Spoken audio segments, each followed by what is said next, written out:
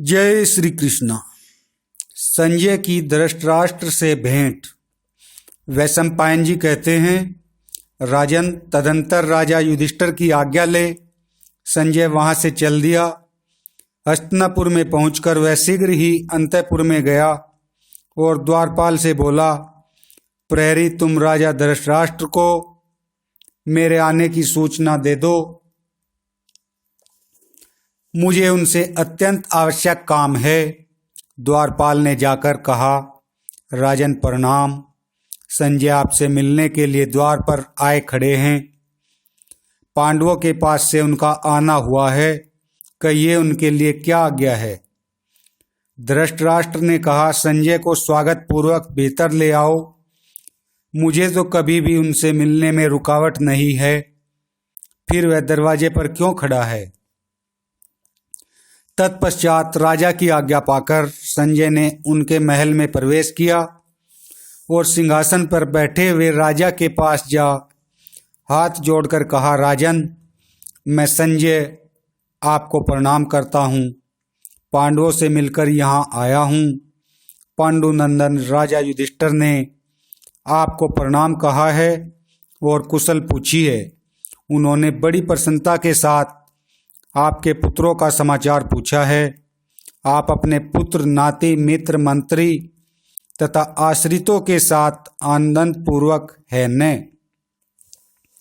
धृतराष्ट्र ने कहा, तात संजय, धर्मराज अपने मंत्री, पुत्र और भाइयों के साथ कुशल से तो है। संजय बोला, राजन, युधिष्ठिर अपने मंत्रियों के साथ कुशल पूर्वक है। अब वे अपना राज्य भाग लेना चाहते हैं। वे विशुद्ध भाव से धर्म और अर्थ का सेवन करने वाले मनस्वी, विद्वान तथा शीलवान है। किंतु तुम जरा अपने कर्मों की ओर तो दृष्टि डालो। धर्म और अर्थ से युक्त जो श्रेष्ठ पुरुषों का व्यवहार है, उससे बिल्कुल विपरीत तुम्हारा बर्ताव है। इसके कारण इस लोक में तो तुम्हारी खूब निंदा हो ही चुकी, यह पाप परलोक में भी तुम्हारा पिंड नहीं छोड़ेगा। तुम अपने पुत्रों के वश में होकर पांडवों के बिना ही सारा राज्य अपने अधीन कर लेना चाहते हो। राजन, तुम्हारे द्वारा पृथ्वी पर बड़ा अधर्म फैलेगा, यह कर्म तुम्हारे योग्य कदापि नहीं है। बुद्धिहीन दुराचारी कुल में उत्पन्न क्रूर, दीर्घ काल तक वैर रखने वाले, शस्त्र विद्या में अनिपुण, पराक्रमहीन और अशिष्ट पुरुषों पर आपत्तियां टूट पड़ती है। जो सदाचारी कुल में उत्पन्न बलवान, यशस्वी, विद्वान और जितेंद्रिय है, वह प्रारब्ध के अनुसार संपत्ति को प्राप्त करता है।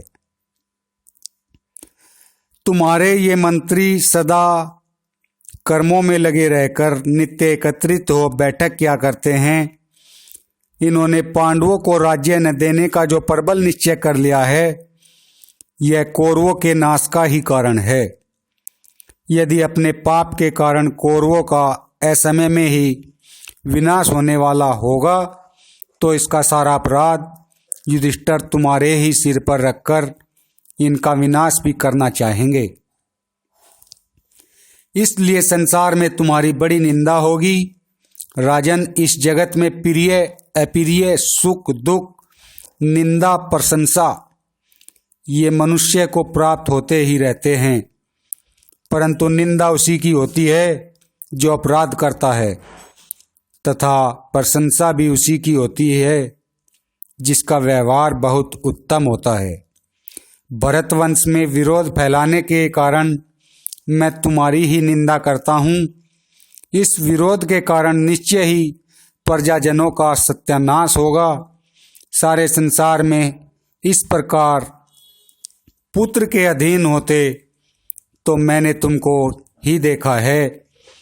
तुमने ऐसे लोगों का संग्रह किया है जो विश्वास के योग्य नहीं है, तथा अपने विश्वास पात्रों को दंड दिया है। इस दुर्बलता के कारण अब तुम पृथ्वी की रक्षा करने में कभी समर्थ नहीं हो सकते। इस समय रथ के वेग से बहुत हिलने डुलने के कारण मैं थक गया हूँ, यदि आज्ञा दो तो बिछौने पर सोने के लिए जाऊं।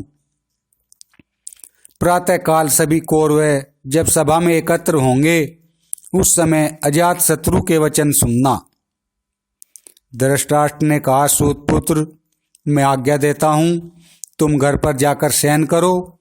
सवेरे सभा में ही तुम्हारे कहे हुए युधिष्ठिर के संदेशों को सभी कौरव सुनेंगे। जय श्री कृष्ण।